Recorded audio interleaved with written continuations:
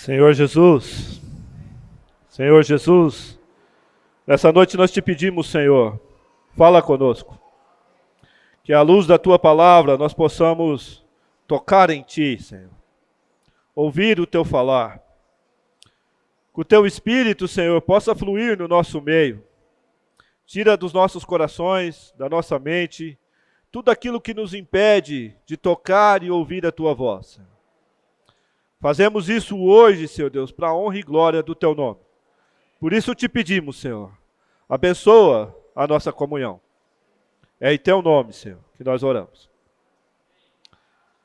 Amém. Jesus é nosso Senhor. Nós vamos continuar compartilhando sobre as 3 principais festas do povo hebreu, no Velho Testamento.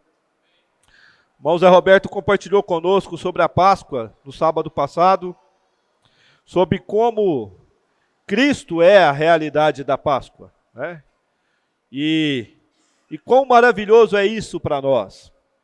Nós vemos que a Páscoa no Velho Testamento tinha um significado muito importante para o povo hebreu. Simbolizava e marcava a saída do povo hebreu do Egito, do cativeiro. O Senhor manda com que Moisés diz ao povo para matar um cordeiro sem defeito. Esse cordeiro é imolado, derramado o sangue desse cordeiro. E de forma muito interessante e maravilhosa, o Senhor manda que aquele povo passasse o sangue do cordeiro nos umbrais das portas. E logo depois, que eles comessem daquele cordeiro. E assim o povo fez. E por obedecer à palavra de Deus, eles foram libertos do cativeiro, libertos da escravidão, daquele povo que estava subjugado no Egito.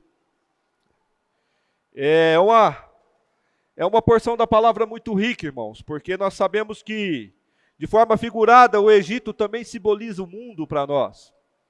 E um dia, cada um de nós que estamos aqui hoje, pela misericórdia do Senhor, e por causa do sangue derramado de um cordeiro também, nós fomos libertos de sermos subjugados por esse mundo. Nós fomos libertos da escravidão desse mundo. Nós fomos libertos da escravidão do pecado, porque também houve um cordeiro que foi morto, imolado, derramado o seu sangue na cruz por nós, que é Cristo. Isso se tornou a nossa realidade, irmãos. Nós vemos que o quanto Deus é maravilhoso, o quanto Deus é simbólico. Deus mostra símbolos, figuras na Bíblia, como é narrado no Velho Testamento e como está tudo ligado, como está tudo inserido. Nós vemos que essa figura da Páscoa, lá no Novo Testamento, mostra Cristo como a realidade. Aqui no Velho Testamento é narrada a história de um povo hebreu. Mas no Novo Testamento nós somos inseridos dentro dessa história. E essa história do povo hebreu, como em Cristo, se torna a nossa história. Os irmãos percebem isso? Que quando Cristo é imolado na cruz, derramado o sangue de Cristo na cruz, ali nós somos inseridos, nós entramos nessa história também. Que realidade maravilhosa, irmãos. E quando nós somos inseridos nessa história, nos tornamos participantes dessa história, pela fé nós somos salvos, redimidos dos nossos pecados, justificados pelo sangue do Cordeiro, e é tudo mudado naquilo que nós somos, no nosso destino e aquilo que nós seremos. É nos dado uma esperança, é nos dado uma nova vida, uma vida que é eterna, uma esperança que nós estaremos logo, logo junto com o Pai. Olha que coisa maravilhosa, irmãos. Isso realmente é a realidade da Páscoa. Nós vimos o quanto esse mundo tem uma ideia deturbada do que é a Páscoa. Mas graças ao Senhor, o Senhor revelou para nós com realidade e com espírito. O irmão compartilhou conosco isso no sábado passado. Hoje eu quero compartilhar com o irmão a festa das primícias, ou das semanas, e também do Pentecostes, que é a festa imediata à festa da Páscoa. O Senhor Jesus, quando é crucificado, ele é crucificado na sexta-feira, passa-se o sábado do descanso, no terceiro dia, que é o domingo, o Senhor ressuscita.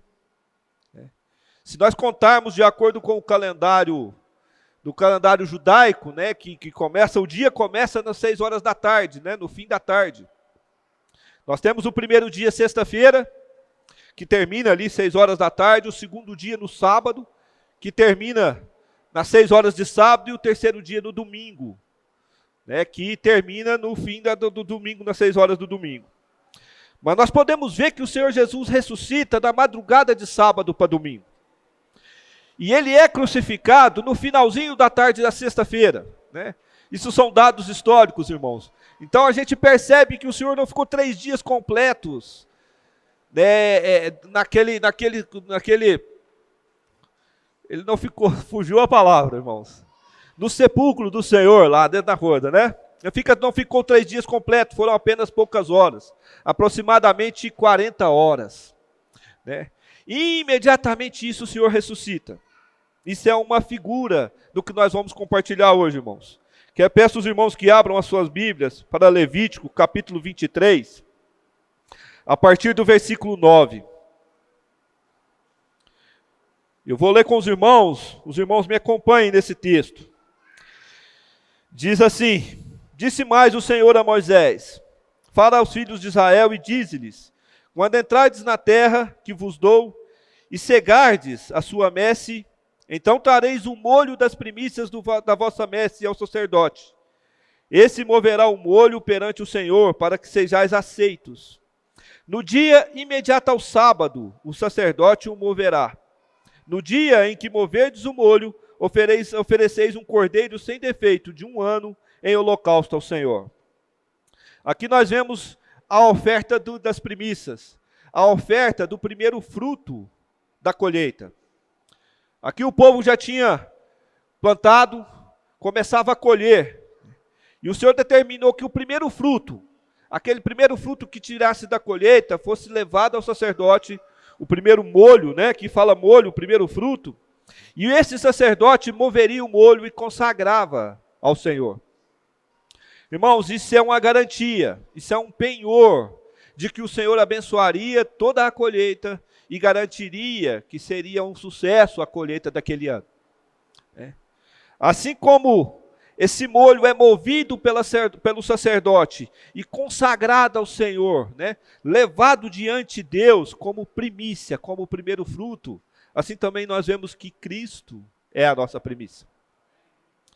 Cristo também foi apresentado e consagrado ao Senhor como primícia logo depois da sua ressurreição. Presta atenção que no versículo 11 no 12, fala assim: no dia imediato ao sábado, logo depois do sábado, né?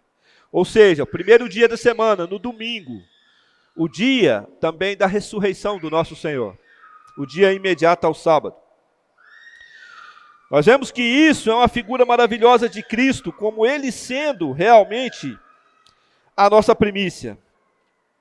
Se nós dermos uma olhada em 1 Coríntios 15, versículo 20, diz assim: Mas na realidade Cristo foi ressuscitado dentre os mortos, sendo Ele as primícias do que dorme.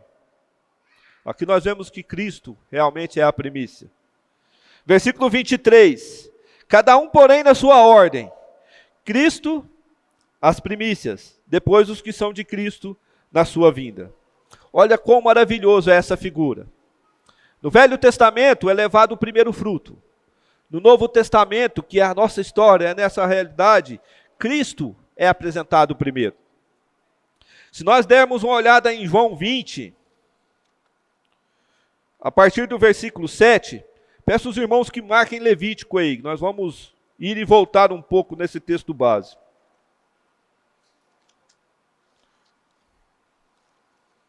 Evangelho de João, capítulo 20.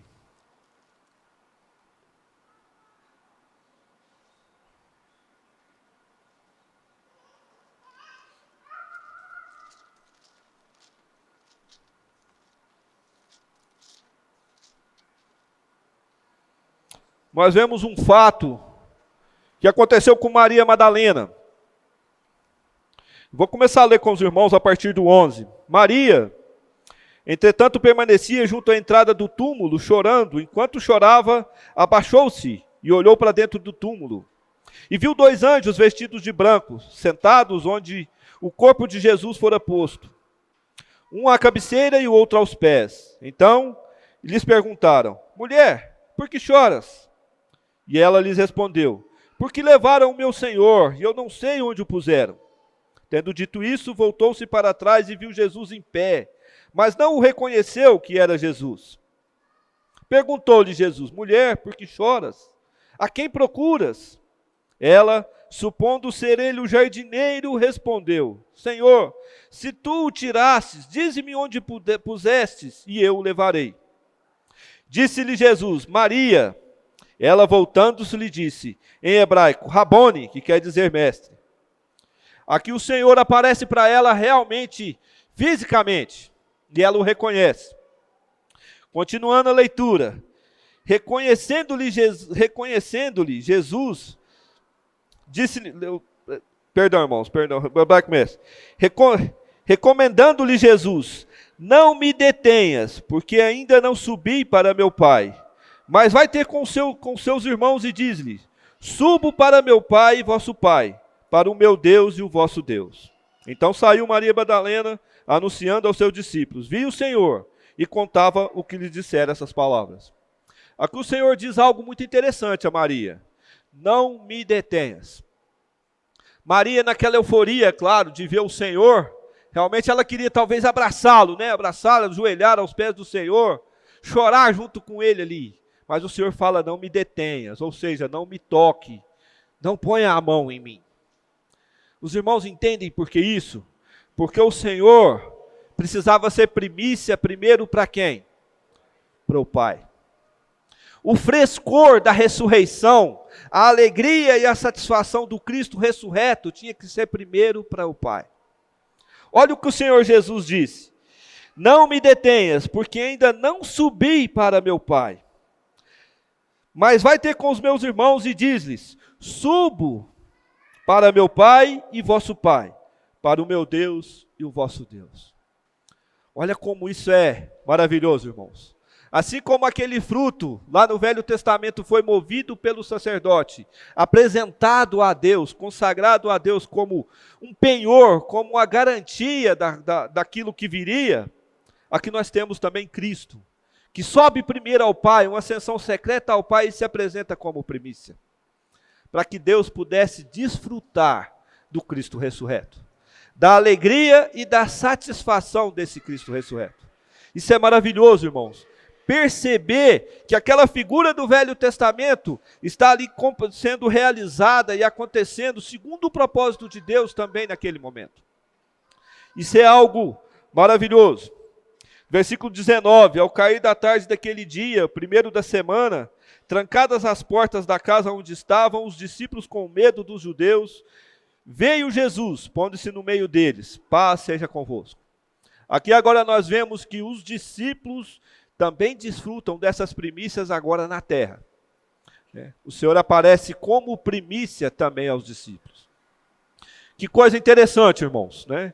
Tanto ao Pai quanto aos discípulos o Senhor aparece no primeiro dia. Isso mostra para nós que nós também podemos desfrutar desse Cristo como primícia. Desse Cristo ressurreto, como o frescor da vida, né? Nós devemos desfrutar desse Cristo como a realidade da ressurreição. E o que isso significa? Qual era o nosso destino? Mortos em delitos e pecados, é o que diz Efésios. Não era assim? Esse era o nosso destino, nós estávamos mortos. Mas Ele nos deu vida. Os irmãos percebem que quando a nossa experiência na salvação, a primeira coisa que ganhamos quando cremos é o quê? A vida divina dentro de nós. A primícia, aquilo, o frescor de uma nova vida dentro de cada um de nós. E muitas vezes, irmãos, nós perdemos a realidade disso. Nós deixamos de desfrutar disso como primícia, como primeiro amor, como aquilo que o Senhor fez de uma forma muito rica para cada um de nós. Ele nos deu vida, Ele mudou o nosso destino. Lá em Romanos 8 fala que nenhuma condenação há para aqueles que estão em Cristo Jesus, 8, 1 e 2. Por causa da lei do Espírito, Ali derramado na cruz, foi derramado o sangue do Senhor para que nós pudéssemos sermos justificados. Redimidos dos nossos pecados e justificados pelo sangue do Cordeiro, que 3 dias depois seria ressurreto. Isso também é uma primícia para nós. Nós não somos mais condenados pelos nossos erros, porque foi pago lá na cruz, pelo sangue de Cristo. Isso ele nos apresenta e coloca diante de nós, como ele colocou diante dos discípulos aqui nesse texto. Para que nós também pudéssemos desfrutar desse Cristo como primícia. Amém? Louvado seja o Senhor, irmãos. Isso é maravilhoso. Voltando agora para Levítico, como falei com os irmãos, nós vemos que essa primeira festa era o início da colheita, eram as primícias, era o começo. E a colheita se estenderia por 7 semanas, até o seu ápice que daria no Pentecostes, que é a festa de Pentecostes. Se nós olharmos para a contagem do tempo, do primeiro dia às 7 semanas, dão 50 dias.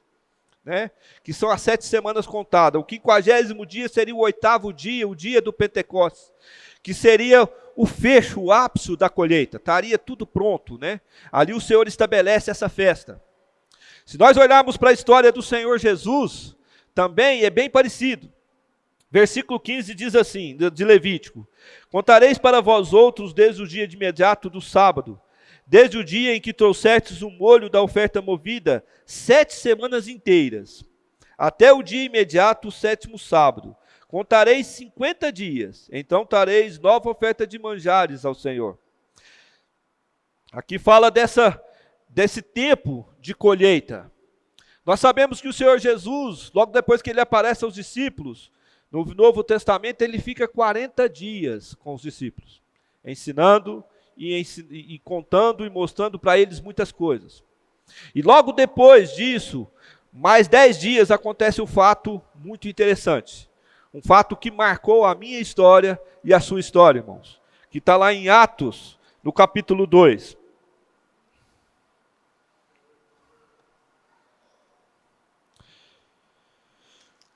Atos, capítulo 2, a partir do versículo 1.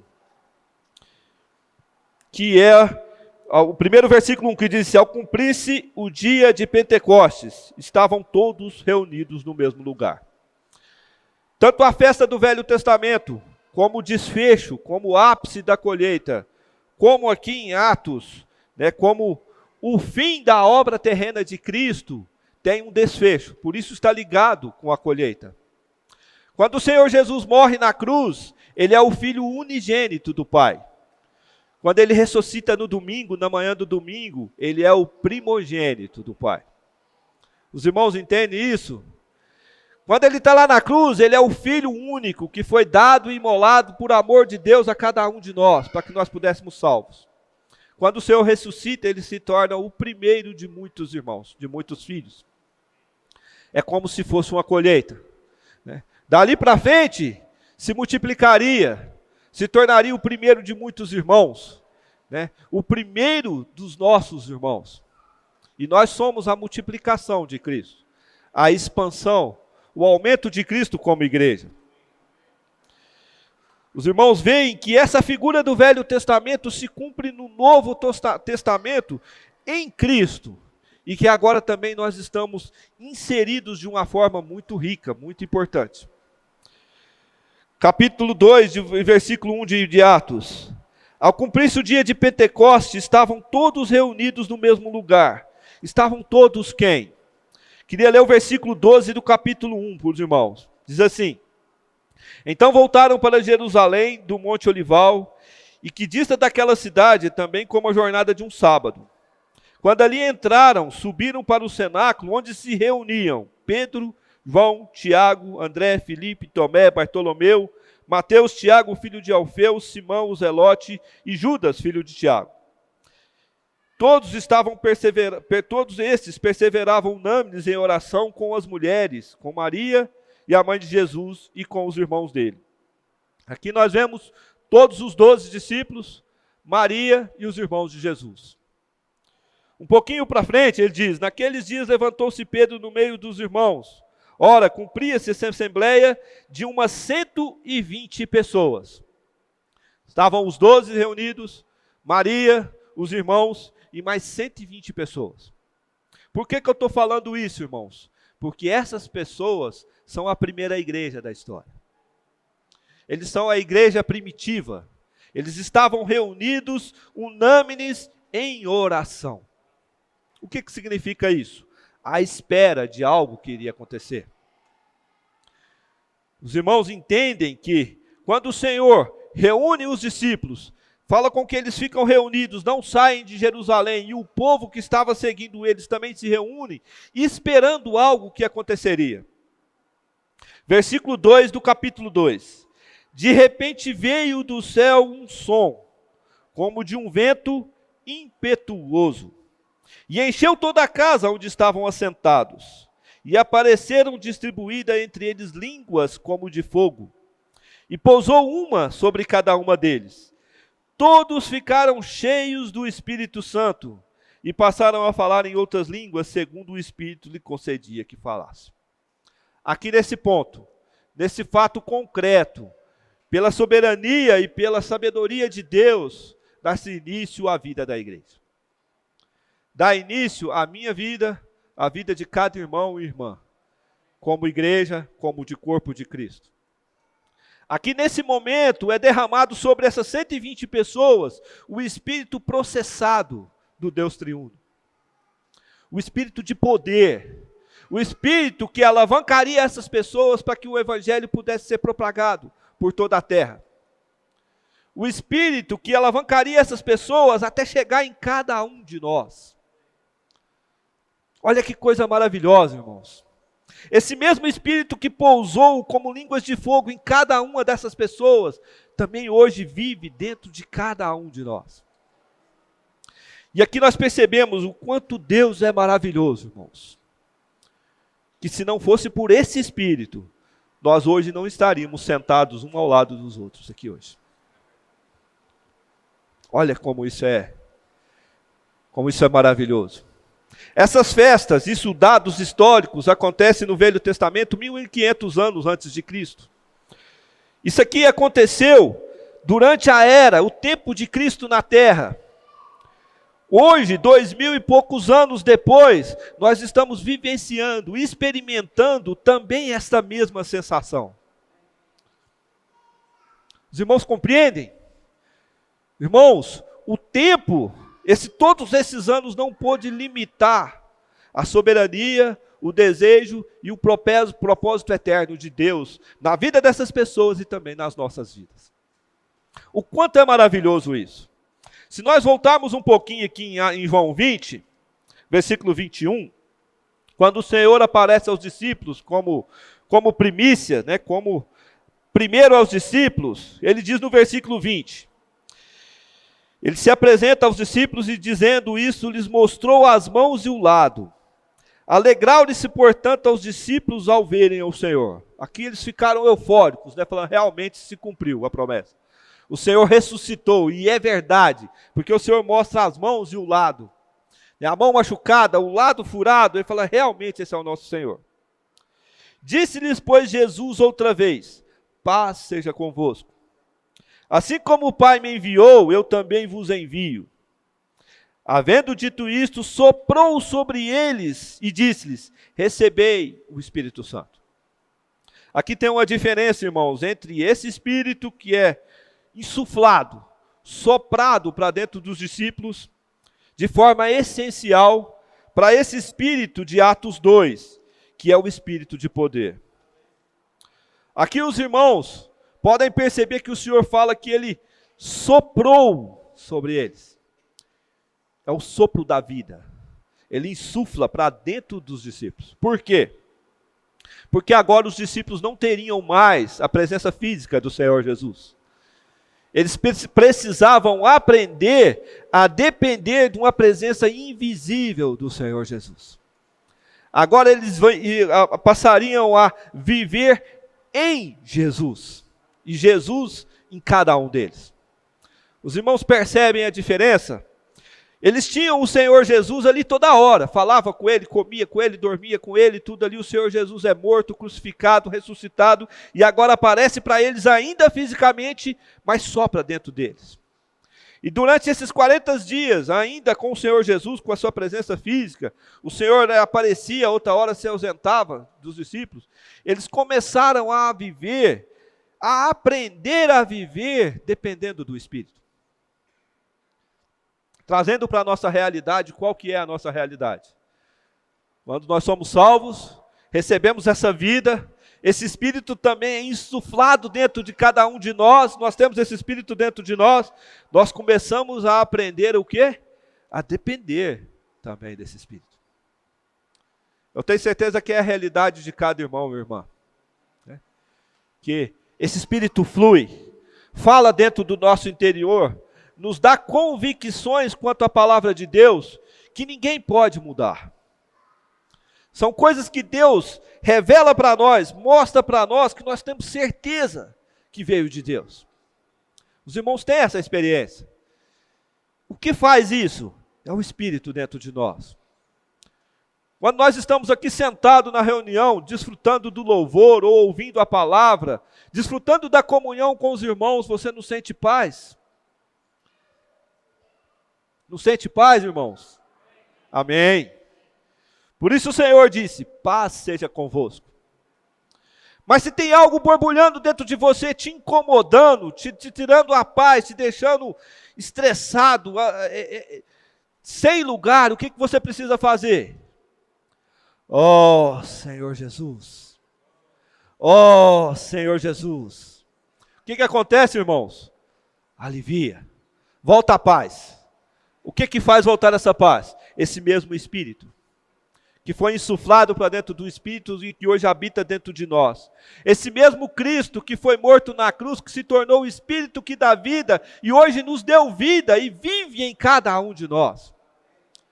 Quando Paulo fala, não sou eu quem vivo, mas é Cristo que vive em mim. Ele está vivendo essa realidade do Espírito, de depender desse Cristo, de depender desse Espírito como vida, como realidade para ele. Voltando para Atos, nós vemos que quando esse Espírito é pousado sobre aquelas pessoas, então surge a igreja primitiva.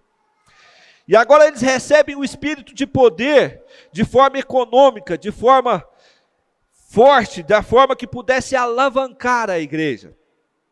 E que Espírito é esse que eles recebem?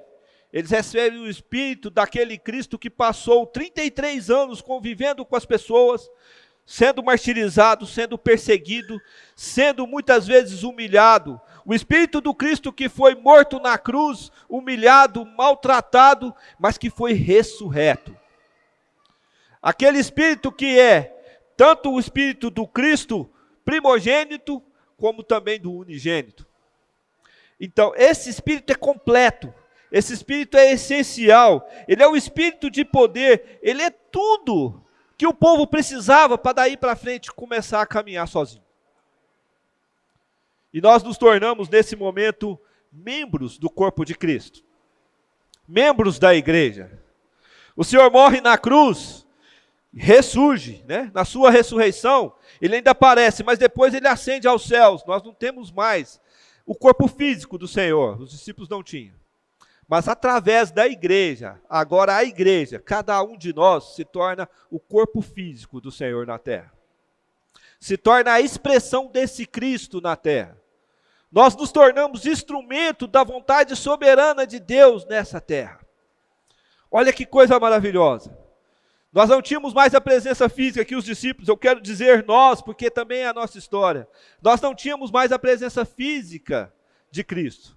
Mas hoje eu tenho o Daniel, tenho o irmão Nélio, tem cada um dos irmãos como sendo parte de Cristo fisicamente comigo, irmão. Olha para o irmão que está do seu lado aí. Vamos olhar, irmãos, vamos olhar.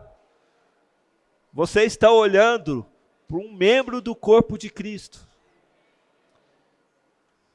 Você está olhando para a expressão física de Cristo nessa terra, irmãos. Esse irmão é importante para você? Amém. Louvado seja o Senhor. Isso é maravilhoso, irmãos. Nós vemos que Cristo, como essa realidade, né? Como Cristo sendo aquele que realmente fez tudo, que é tudo para nós e que por meio dele nós estamos vivendo, nós estamos aguardando a sua volta.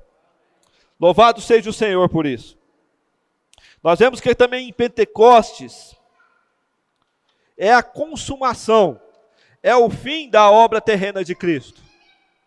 O Pentecostes é o desfecho, é o ápice de tudo aquilo que Cristo fez na terra. Aqui é cumprido um propósito de Deus desde Gênesis. Passa por toda essa geração do Velho Testamento e se cumpre no Pentecostes, nesse capítulo 2 de Atos. E aqui também começa a nossa história. É como se houvesse um hiato na história aqui, uma parada, algo extraordinário que aconteceu. E quando dá esse hiato, essa parada, que acontece isso aqui, nós somos inseridos nessa história, nós temos a responsabilidade de levar adiante essa história como igreja, para que, quando houver o final dessa história, nós também estivermos lá, junto com aquele que é o nosso sumo sacerdote. Louvado seja o Senhor por isso, irmãos. Louvado seja o Senhor, porque Ele realmente conhece a nossa história e muda o nosso destino. Vamos voltar novamente lá para Levítico.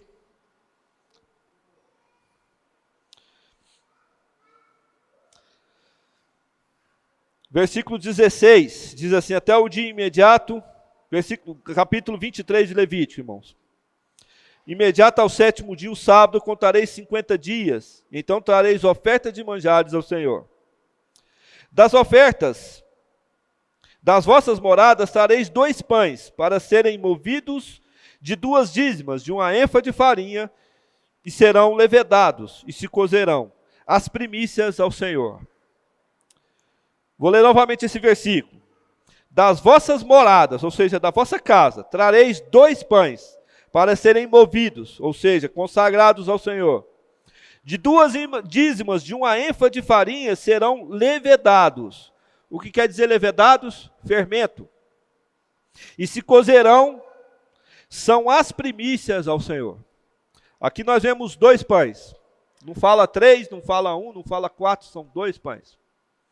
Nós vemos isso como uma figura da igreja que surgiu lá em Atos 2. Os 2 aspectos da igreja. A igreja judaica, do povo de Israel, e a igreja judia, da casa de Cornélio. Atos 10. Nós vemos aqui 2 povos distintos, assim como esses 2 pães. Assim como esses 2 pães estão levedados, fermentados, também esse povo, tanto o povo judeu como o povo gentio, também tinha pecado. Olha como é que é a soberania do Senhor. Como é que o Senhor conhece, através do tempo, a nossa história e o nosso destino. Quando surge a igreja, Ele não pega um povo santo, sem defeito, sem problema, sem dificuldade, sem pecado, sem mentira. Não é isso. Ele pega um povo pecador. O povo hebreu mas o povo pecador. O povo gentio, que era um povo separado, um povo cheio de preconceitos ali, mas esse povo também se tornou igreja. Tanto o povo hebreu, que era o povo de Deus, o povo de Israel, como o povo gentio tinham o pecado, assim como esses 2 pães. Isso não é a nossa realidade, irmãos. Nós também somos todos pecadores, todos nós temos as nossas carências, as nossas mazelas, as nossas dificuldades. Mas mesmo assim nós somos igreja. Mesmo assim o Senhor quis que nós fizéssemos partes do seu corpo. E Levítico 2 fala que toda oferta consagrada ao Senhor não pode ter fermento. Não podia, Deus não aceitava a oferta com fermento. Mas aqui esses 2 pães são levedados, são fermentados, para tipificar a minha história e a sua história. Mas o Senhor, com toda a sua soberania, com todo o teu amor, Ele conserta isso a partir do versículo 18. Fala assim: com o pão oferecereis 7 cordeiros sem defeito de 1 ano, um novilho e 2 corneiros. Holocaustos serão ao Senhor como oferta de manjares e as suas libações, por oferta queimada de aroma agradável ao Senhor. Versículo 19. Também oferecereis um bode para a oferta pelo pecado. Nós vemos a primeira oferta. O pecado de quem? Tanto do hebreu quanto do gentio. E 2 cordeiros de 1 ano por oferta pacífica. O que é essa oferta pacífica? A comunhão entre Deus e os homens e a comunhão entre o homem e o homem. A comunhão entre Deus e o povo hebreu e a comunhão entre Deus e o povo gentio. A comunhão entre o povo gentio e o povo hebreu. Olha o Senhor mudando a história daquele povo e a nosso povo, da nossa história. E ele ainda diz: então o sacerdote moverá como primícias pela oferta movida ao Senhor como 2 cordeiros. Santos serão o Senhor para o uso do sacerdote. Aqui nós temos a oferta pelas primícias. Isso é maravilhoso, irmãos. Porque o Senhor, quando olha para a nossa história, e tanto quanto a história desse povo hebreu, que foi um povo que sofreu no deserto 40 anos, que reclamou, murmurou por tudo aquilo que Deus fez por eles, reclamaram de Deus ter libertado eles do Egito, reclamaram pela viagem de 40 anos, que podia ser de aproximadamente 11 a 15 dias, mas eles passaram por tudo aquilo pelo Senhor guardando eles. E chegaram nessa boa terra, e nessa boa terra manava leite e mel, eles tinham tudo o que eles precisavam.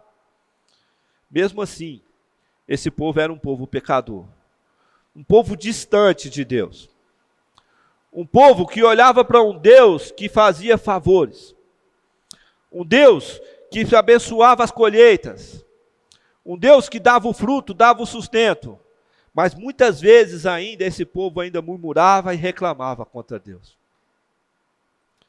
Irmãos, quando nós entendemos a palavra de Deus e vejo que a nossa história está ligada desde aqueles tempos primórdios, lá no começo, até hoje quanto a isso, que direito nós temos? Eu falo para os irmãos isso com o meu coração apertado realmente. Que direito nós temos de reclamar ou murmurar contra o Senhor? Quando nós fazemos isso é porque a nossa visão ainda é curta quanto tudo aquilo que Deus preparou para nós. Nós vemos isso aqui, nós vemos que nós estamos inseridos nessa história desde aquele tempo até hoje. O Senhor conhece todos os nossos dias. O Senhor nos inseriu nessa história, nos mostra o caminho, nos mostra a direção, mostra de onde nós viemos e para onde iremos, assim como esse povo. Louvado seja o Senhor, porque o Senhor não desiste e nos ama a cada um de nós. Quando nós vemos o que o Senhor tem feito realmente por nós, nós temos a certeza de que está tudo pronto, tudo concluído, tudo feito para o Senhor. Nós precisamos apenas desfrutar daquele Deus soberano que conhece cada segundo das nossas vidas. Versículo 21 de Levítico diz assim: no mesmo dia se proclamará que tereis santa convocação. Nenhuma obra servil fareis, é estatuto perpétuo de todas as vossas moradas, pelas vossas gerações. Aqui, nesse Pentecostes do Velho Testamento, era o final da colheita. Estava tudo colhido, tudo pronto. O grão estava colhido, o vinho estava pronto, o azeite estava pronto. Era o ápice da colheita, era o Pentecostes. Estava tudo pronto. E o Senhor fala para o homem: nenhuma obra servil fareis. Está tudo concluído. Isso quer dizer, irmãos, para nós que não depende de esforço humano algum. Não depende do nosso trabalho. Não depende das nossas forças, do nosso esforço, de tudo aquilo que nós quisermos fazer. Tudo é pronto e concluído por Deus. Tudo é Ele quem faz. Nós só precisamos obedecer a palavra de Deus e descansar, desfrutar dessa colheita maravilhosa. Aqui termina essa história do Pentecostes, a festa, irmãos, a festa do Pentecostes. Começa nas primícias, passam essas 7 semanas, 50 dias, né? Esses 50 dias, 50º, né? É a tradução de 50 dias do hebraico. 50, 50 dias. Ou seja, se passaram aquele tempo de colheita, de labuta, de muito trabalho, com o desfecho em Pentecostes. Se nós olharmos para Cristo, como é que é Cristo? Cristo trabalhou durante todo aquele tempo. No Pentecostes, ele termina. Ele coloca um ponto final ali na obra terrena de Cristo. Uma obra de muito trabalho, de muita luta, de muito esforço, de muito amor por cada um de nós. Uma obra que custou o próprio sangue de Cristo. Uma obra que foi a sua morte. E qual é o resultado dessa obra? Eu e você, irmãos. Esse é o resultado da obra de Cristo. Aqui, como o desfecho é em Pentecostes, como o fim da colheita, no Novo Testamento, lá no Atos 2, o desfecho é a igreja. O resultado dessa colheita de Cristo é a igreja. Somos cada um de nós. Louvado seja o Senhor por isso, irmãos. Eu queria ler com os irmãos, para a gente poder terminar, uma passagem em Mateus 15, que ilustra um pouquinho disso.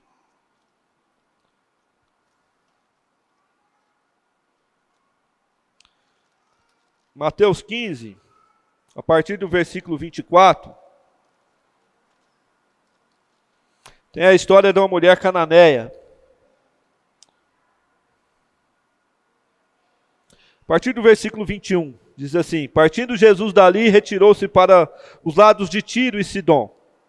Eis que uma mulher cananeia, que viera daquelas regiões, clamava: Senhor, filho de Davi, tem compaixão de mim. Minha filha está horrivelmente endemoniada. Ele, porém, não lhe respondeu palavra. E os seus discípulos, aproximando-se dele, rogaram-lhe: despede-a, pois vem clamando atrás de nós. Mas Jesus respondeu: não fui enviado senão para as ovelhas perdidas da casa de Israel? Ela, porém, veio e o adorou, ou seja, ajoelhou diante do Senhor, dizendo: Senhor, socorre-me. E ele respondendo disse-lhe: não é bom tomar o pão dos filhos e lançá-lo aos cachorrinhos. Ela, contudo, replicou: sim, Senhor. Porém, os cachorrinhos comem as migalhas que caem da mesa dos seus donos. Então lhes disse Jesus: ó mulher, grande é tua fé, faça-se contigo como queres. E desde aquele momento sua filha ficou sã. Aqui essa mulher era uma mulher que precisava de socorro porque tinha uma filha endemoniada. E o Senhor responde para ela de uma forma muito interessante, né? Não é bom tomar o pão dos filhos e lançá-lo aos cachorrinhos. Aqui o Senhor estava fazendo a figura ao povo de Israel. Ao povo que foi renegado, a ovelha perdida de Israel. E ela, contudo, replicou: sim, Senhor, porém os cachorrinhos comem das migalhas que caem da mesa dos donos. Nós vemos que migalhas são essas. Eu queria ler o último versículo de Levítico com os irmãos. Versículo 22 do capítulo 23 diz assim: quando cegardes a messe da vossa terra, não rebuscarei os cantos do vosso campo, nem colherei as espigas caídas da vossa cega. Para o pobre e para o estrangeiro as deixarás. Eu sou o Senhor, vosso Deus. Olha aqui o Senhor fala para ele: ó, quando colher toda a colheita, aquelas lá do canto vocês deixam, e as que caírem durante a colheita vocês também deixam, para que o pobre e o estrangeiro também possam se alimentar. A nossa história, enquanto gentio diante do povo de Israel, essa promessa foi para o povo de Israel, mas eles renegaram o Senhor, eles não quiseram. Mas mesmo assim o Senhor deixou essa porção para mim, para você e para aquele povo gentio daquela época. Louvado seja o Senhor, irmãos, que está tudo preparado. Está tudo preparado. Nós, como ovelhas perdidas do povo de Israel, nós também fomos inseridos na igreja, e hoje nós somos esse povo que é a expressão, o aumento, a expansão de Cristo nessa terra. Louvado seja o Senhor. Irmãos, vamos pôr uma vírgula por aqui. Amanhã nós vamos continuar também essa mesma porção. Vou compartilhar com os irmãos sobre a festa dos tabernáculos, né, que é a próxima festa, a próxima grande festa do povo de Israel. E o quanto isso também está inserido, está ligado também à nossa história. Amém? Vamos ficar em pé, quero orar para os irmãos, depois os irmãos vai ter um tempo para poder compartilhar um pouquinho mais essa palavra. Senhor Jesus, Senhor Jesus, obrigado, Senhor. Obrigado por mudar o nosso destino. Obrigado por nos inserir no teu plano eterno. Obrigado por nos fazer a tua expressão nessa terra. Obrigado por nos inserir na tua igreja. Hoje somos membros do teu corpo.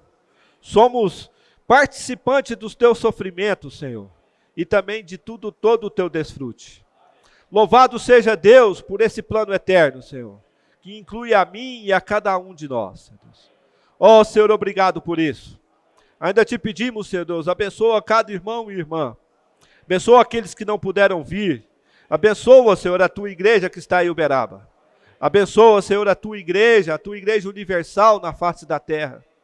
Cada membro do teu corpo, Senhor. Nós declaramos nessa noite que precisamos de ti. E que tu és tudo para nós. Louvado seja o Senhor. Amém.